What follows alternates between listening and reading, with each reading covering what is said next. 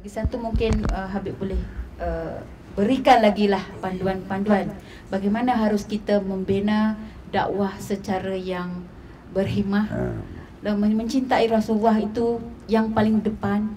Hablum minan nasnya juga hebat untuk menuju jalan ke hablum minallah. Alhamdulillah, sebetulnya dakwah itu diawali dengan diri kita dulu. Dakwah diawali dengan kita ku anfusakum wa ahlikum nara. Itu pertama dakwah. Kita harus pusatkan dakwah itu di rumah tangga.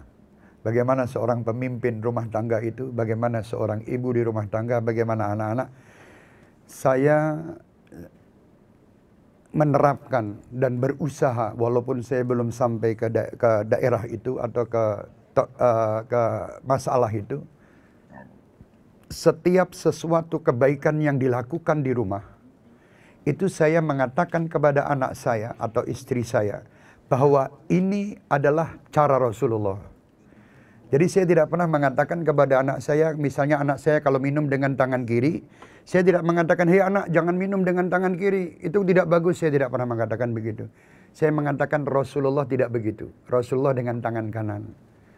Terus nanti kalau dia mau tidur, Rasulullah kalau tidur itu berdoa. Ayo baca doa, orang tidak baca doa nanti masuk neraka, tidak gitu. Rasulullah, terus kita bawakan Rasulullah. Ya, makanya di dalam pendidikan sebetulnya Rasulullah telah memberi aturan kepada kita, addibu auladakum bi thalathi khisalin. Didiklah anak cucu kita atau keluarga kita dengan 3 perkara. 1, cinta kepada Nabi Muhammad sallallahu alaihi wasallam, ini yang kurang dari kita. Cinta kepada Nabi ini yang penting, terus dari kecil. Makanya saya minta di sini buatlah buku-buku tarikh Nabi Muhammad, sejarah Nabi Muhammad. Kalau bisa dibuatlah CD-CD itu. Bagaimana kecintaan ini kepada Nabi. Dari kecil. Nah itu jadi setiap ada kebaikan kita arahkannya ke Nabi Muhammad. Ada orang yang mengatakan, Habib, kenapa kita tidak cinta Al-Quran dulu kok cinta Nabi Muhammad? Berarti Habib ini menomor-3kan atau menomor-4kan Al-Quran. Saya bilang kamu ini jangan salah. Rasulullah menyampaikan addibu auladakum bi thalathi khisalin mahabbati nabiyyikum. Yang pertama, yang kedua mahabbati ahli baitin nabi atau para pewaris Nabi Muhammad, cinta kepada mereka. Yang ketiga, cintakan kepada membaca Al-Qur'an. Kenapa Al-Qur'an ditaruh nomor 3? Karena tidak mungkin orang kenal Al-Qur'an kalau tidak mengenal Nabi Muhammad. Karena saya tidak bisa langsung hubungan dengan Nabi Muhammad dengan pewarisnya, ulamanya. Setelah itu nanti ulama mengenalkan Al-Quran. Kalau membaca Al-Quran tanpa ulama, dia akan kacau. Dia akan hilang, keliru. Dia akan salah dalam berhentinya. Di mana dia harus berhenti, di mana dia harus lanjut. Akhirnya makna dalam Al-Quran itu salah tanpa ada guru. Jadi didiklah dari kecil anak-anak. Terus gembirakan Rasulullah dengan anak-anak. Jadi anak kalau kita jalan, bawa subhanallah. Ini Allah ciptakan gunung, ciptakan ini. Ini semua karena Nabi Muhammad SAW. Gitu lagi terus. Jadi anak ini kenanya dengan dalilnya apa? Laulaka ya Muhammad ma khalaqtal aflak. Kalau bukan karena engkau ya Rasulullah, aku tidak akan ciptakan ini semua. Sebetulnya semua yang tercipta ini dikarenakan ciptaan Allah Muhammad SAW. Dikatakan qala ya Jabir innallaha khalaqa qablal asya'i nura nabiyyika Muhammadin sallallahu alaihi wasallam min nurih. Allah menciptakan nur Nabi Muhammad itu dari nur Allah sallallahu alaihi wasallam. Ya, insya Allah cintakan seperti itu. Terus cara dakwah yang bagus. Saya juga masih mau mencoba. Sewaktu kita menasihati orang, jangan kita merasa bahwa kita lebih baik dari orang itu. Itu insya Allah kita akan berhasil.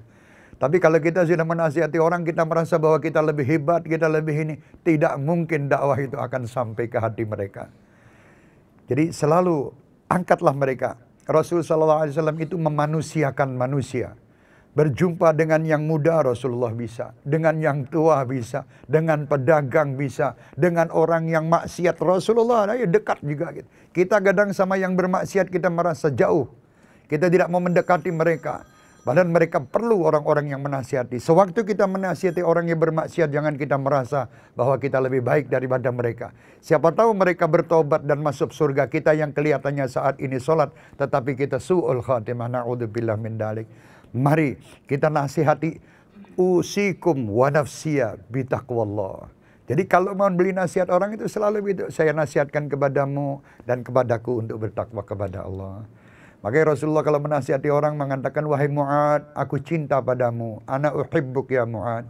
Terimalah nasihat ini dari aku. Nah itulah orang. Kita kan selalu kamu harus begini, kamu harus baik, kamu neraka, kamu astagfirullah. Jangan seakan-akan neraka itu milik kita. Kita yang mengatur orang masuk neraka, masuk surga.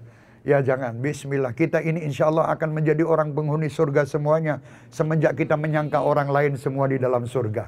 Tapi kalau kita menyangka orang lain semua di neraka, kita adalah pertama manusia yang masuk neraka. Insya Allah. Yaitu tarbiyah yang paling enak, paling nikmat. Jadi insya Allah bisa ketemu ya.